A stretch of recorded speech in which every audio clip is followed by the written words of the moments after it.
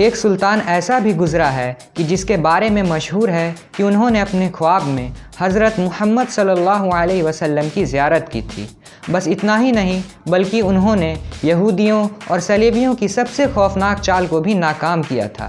جی ہاں دوستو، وہ عظیم سلطان کوئی اور نہیں نور الدین زنگی ہی تھے۔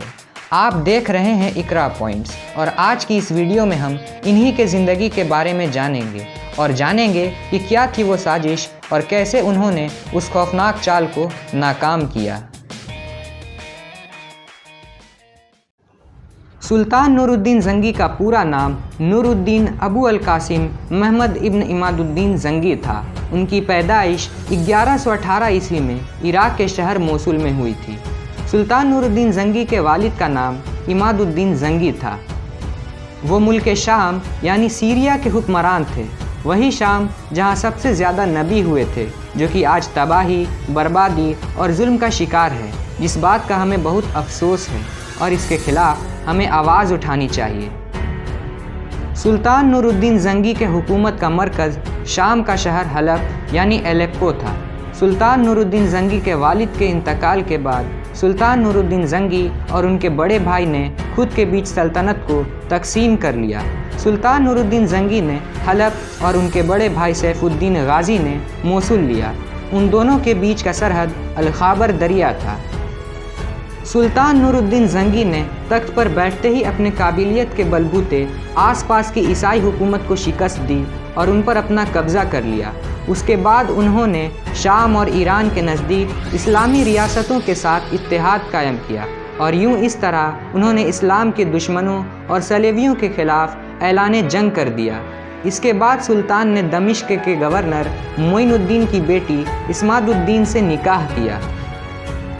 سلطان نور الدین زنگی بہادر ہی نہیں بلکہ نیک اور عبادت گزار شخص بھی تھے۔ سلطان نور الدین زنگی وہ خوش قسمت شخص بھی تھے جنہیں خواب میں حضرت محمد صلی اللہ علیہ وسلم کی 3 مرتبہ زیارت نصیب ہوئی، اور انہوں نے سلطان نور الدین زنگی کو بہت اہم کام سونپا تھا۔ واقعہ کچھ ایسا ہے کہ ایک بار سلطان نور الدین زنگی تہجد کی نماز پڑھ کر سو گئے، اور خواب میں انہیں نبی کریم حضرت محمد صلی اللہ علیہ وسلم کی زیارت نصیب ہوئی۔ حضور کے علاوہ سلطان نور الدین زنگی کو اور 2 چہرے خواب میں دکھائی دیے، جنہوں نے اسلامی لباس پہنا ہوا تھا اور چہرے پر داڑھیاں بھی تھیں اور ان کی آنکھیں نیلی تھیں۔ پھر حضرت محمد صلی اللہ علیہ وسلم نے کہا کہ ان کے شر سے ہماری حفاظت کرو، اور اس کے بعد سلطان نور الدین زنگی کی اچانک سے نیند ٹوٹ گئی۔ پھر وضو کر کے 2 رکعت نفل نماز پڑھی اور دوبارہ سو گئے۔ جیسے ہی انہیں نیند آئی، انہوں نے پھر سے نبی کریم حضرت محمد صلی اللہ علیہ وسلم کو دوبارہ خواب میں دیکھا۔ انہوں نے پھر سلطان نور الدین زنگی سے کہا کہ ان کے شر سے ہماری حفاظت کرو، اور پھر سے ان دونوں شخص کی طرف اشارہ کیا۔ سلطان نور الدین زنگی پھر نیند سے بیدار ہوئے۔ انہوں نے پھر سے 2 رکعت نفل نماز پڑھی اور دوبارہ سو گئے، مگر پھر سے انہیں تیسری بار حضور پاک ہی خواب میں دکھے اور ان دونوں شخص کی طرف اشارہ کرتے ہوئے کہا کہ ان کے شر سے ہماری حفاظت کرو، اور سلطان نور الدین زنگی پھر نیند سے بیدار ہو گئے اور انہیں عجیب سی الجھن اور بے چینی ہونے لگی۔ جب سلطان نور الدین زنگی کو کچھ نہ سمجھ آیا تو انہوں نے اپنے مشیر خاص کو بلایا اور سلطان نے ان سے تمام خواب کو بیان کیا۔ پھر پورا واقعہ سننے کے بعد سلطان نور الدین زنگی کے مشیر خاص جمال الدین نے کہا کہ لگتا ہے مدینے میں کچھ ہونے والا ہے، اور آپ کو اپنا خواب راز رکھنا چاہیے اور فوراً مدینے کے لیے روانہ ہو جانا چاہیے۔ لہٰذا سلطان نے فجر کی نماز ادا کی اور اندھیرا ختم ہونے سے پہلے اپنے مشیر خاص جمال الدین اور 20 لوگوں کے ساتھ صبح کو مدینہ منورہ کے لیے روانہ ہو گئے، اور یہ سبھی تیز ترین گھوڑوں پر سوار تھے۔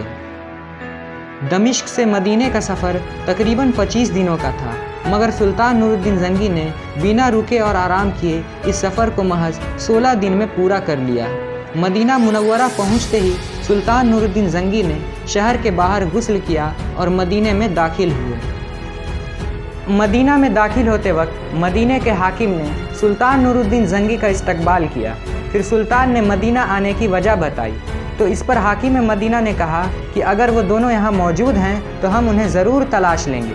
پھر مدینہ کے حاکم کے مشورے پر پورے مدینے کے لوگوں کو دعوت دی گئی चाहे वो छोटा हो या बड़ा, और दावत के बाद सुल्तान ने हर शहरी को हदिया दिया और सबको सुल्तान ने बहुत गौर से देखा, मगर वो दोनों बूढ़े उन्हें नज़र नहीं आए जो उनके ख्वाब में थे। तो इस पर सुल्तान नूरुद्दीन ज़ंगी ने हाकिम मदीना से कहा कि कहीं कोई बाकी तो नहीं रह गया है। तो इस पर उन्होंने जवाब दिया कि सिर्फ 2 लोग नहीं आए हैं। वो दोनों बुज़ुर्ग हैं और वो बहुत नेक और इबादत गुजार लोग हैं। मगर इस बात पर सुल्तान को शक हुआ। फिर उन्होंने उन दोनों को बुलाया। जब वो दोनों लोग सुल्तान के पास पहुँचे तो सुल्तान ये देखकर बहुत हैरान हुए कि ये वही लोग थे जो कि सुल्तान के ख्वाब में आए थे। तो सुल्तान ने उनसे उनके बारे में पूछा, तो इस पर उन्होंने जवाब दिया कि वो हज के सिलसिले में आए थे और यहीं रहने लगे। फिर सुल्तान नूरुद्दीन उस मकाम पर गए जहाँ पर उनका घर था। उन दोनों के घर में दाखिल होने के बाद उन्हें कुरान मजीद, चंद किताबें और बहुत सी दौलत मिली, और तलाश के बाद सुल्तान ने वहाँ एक चटाई भी देखी जो कि फर्श पर बिछी हुई थी। फिर सुल्तान नूरुद्दीन ज़ंगी ने चटाई को उठाया तो सब ये देखकर हैरान हो गए कि वहाँ एक सुरंग बनी हुई थी जो कि रोज़ा रसूल तक जा रही थी। ये देखकर उन दोनों बूढ़ों को फ़ौरन गिरफ्तार कर लिया गया। फिर उन्होंने बयान किया कि वो ईसाइयों के भेजे हुए जासूस थे। उन्हें रोज़ा रसूल तक सुरंग खोदकर हज़रत मुहम्मद सल्लल्लाहु अलैहि वसल्लम के जिस्म मुबारक को चुराने को कहा गया था। इसके लिए वो रात भर सुरंग खोदते थे और सुबह मिट्टी को बोरे में डालकर कब्रिस्तान में फेंक आते थे। और यही वजह थी कि उन्हें रोज़ा रसूल के पास रहने को कहा गया था। यहाँ तक कि वो सुरंग को खोदते खोदते उमर फारूक रज़ी अल्लाह ताला अन्हु के कब्र तक पहुँच चुके थे। फिर सुल्तान नूरुद्दीन ज़ंगी ने वही मौके पर ही उन दोनों का सर कलम करवा दिया। सुल्तान ने इसके बाद रोज़ा रसूल के चारों तरफ से ज़मीन को पानी की सतह तक खोदकर उसमें पिघला हुआ शीशा डलवा दिया ताकि दोबारा कोई भी इस तरह की गुस्ताखी को अंजाम ना दे सके, और बाद में फिर इस पर जंगला भी लगवा दिया गया। फिर इन सब के बाद सुल्तान नूरुद्दीन ज़ंगी खूब रोए और अल्लाह ताला का शुक्र अदा किया कि उन्होंने रोज़ा रसूल की हिफाजत के लिए पूरी दुनिया में सिर्फ इन्हें ही चुना, जबकि उनके हिसाब से वो इसके काबिल नहीं थे। सुल्तान नूरुद्दीन ज़ंगी एक ईमानदार और नेक शख्स भी थे। उन्होंने अपने दौरे हयात में कई मस्जिदें और मदरसे तामीर करवाईं। उन्होंने गरीबों के लिए अस्पताल बनाई और हज पर आने वाले मुसाफिरों के लिए सराय और आरामगाह भी बनवाई ताकि उन्हें सफ़र के दौरान किसी तरह की तकलीफ़ से ना गुज़रना पड़े। और सुल्तान नूरुद्दीन ज़ंगी अपने दौलत का बड़ा हिस्सा सदका और खैरात में दिया करते थे। सुल्तान नूरुद्दीन ज़ंगी हफ्ते में एक बार अवामी अदालत भी लगाया करते थे जिसमें वो आवाम के मसलों को सुनते थे और उन्हें हल भी करने की पूरी कोशिश करते थे।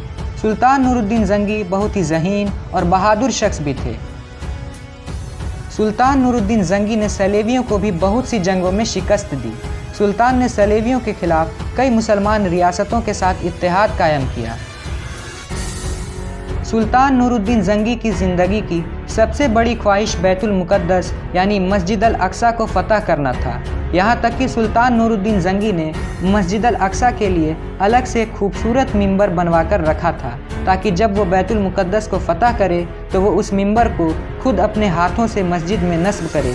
मगर सुल्तान नूरुद्दीन ज़ंगी के दौरे हयात में ये मुमकिन ना हो सका, लेकिन इसके बाद उनके सिपा सालार सुल्तान सलाहुद्दीन अय्यूबी ने इस काम को अंजाम दिया। उन्होंने बैटल ऑफ हैटिन यानी जंग हातिन में सलेबियों को शिकस्त दी। फिर सुल्तान सलाहुद्दीन अय्यूबी ने खुद अपने हाथों से उस मिंबर को नस्ब किया जिसकी ख्वाहिश सुल्तान नूरुद्दीन ज़ंगी को थी।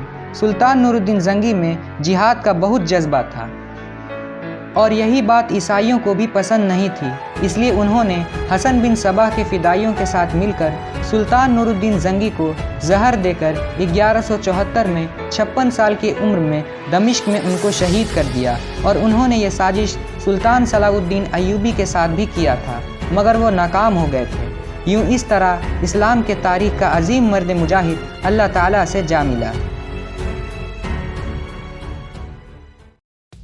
अगर आपको हमारी वीडियो पसंद आई हो तो हमारे वीडियो को लाइक करें और अपने दोस्तों और अहबाबों के साथ ज़रूर शेयर करें और कमेंट बॉक्स में अपने कीमती राय का इजहार ज़रूर करें। और अब आपसे अगली नई इंटरेस्टिंग वीडियो में मुलाकात होगी।